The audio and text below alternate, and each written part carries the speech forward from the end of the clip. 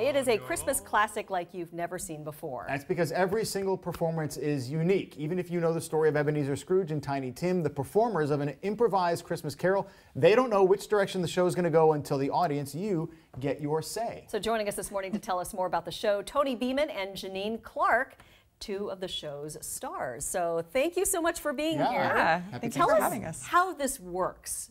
This sounds really fun and fascinating. Well, it is. It's a ton of fun. We get about 30 suggestions up front, anything from a profession. So in the original tale, Ebenezer Scrooge is a money counter, but he might be a news anchor, whatever the audience give us. After we take those 30 suggestions, we start with the old Marley was dead to begin with.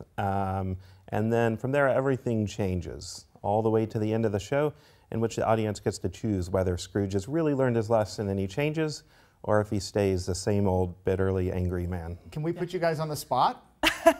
Can we do it with us? What do we pick? A profession? News anchor. Let's go with news anchor. What's another question you ask the audience? What's something you enjoy about your job? Reading. Reading, great. So that would be Bob Cratchit loves reading. That's part of what he loves. Right. And we need somewhere for Scrooge to live. Let's see. On a houseboat on South Lake Union. Perfect. We've done that. Okay. That's great. Very good. Let's see what else. Well, I think that's enough. I don't normally play Scrooge. I'm normally the ghost, but maybe I'll play Scrooge for this because Janine plays Roberta Cratchit in our show.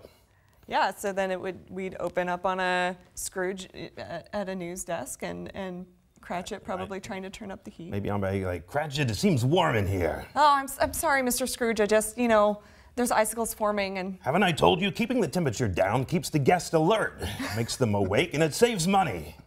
Well, I'm sorry, Mr. Scrooge, I won't do it again. I need to catch up on some of my reading. I try to generate some more fake news for people, all right? We've got to keep the public misinformed. Oh, thank you. All right, Mr. Scrooge.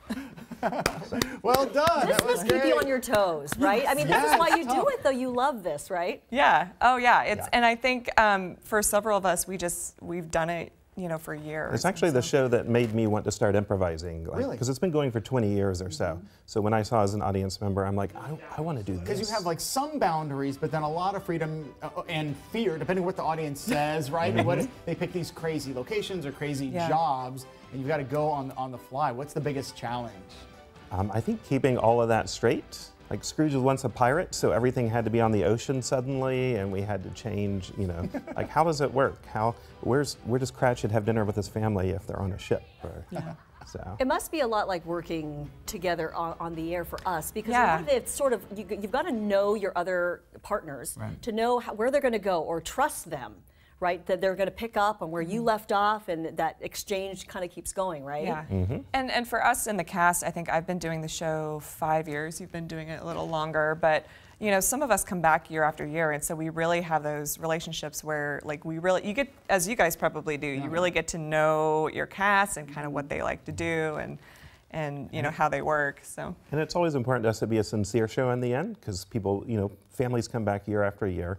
So we always hope the audience votes for him to change, because that means we've done our job. The one great thing about your show is that you can keep going back year after year, never going to see the same show again. It'll always be incredibly different. So tell everybody where they can check you guys out and when.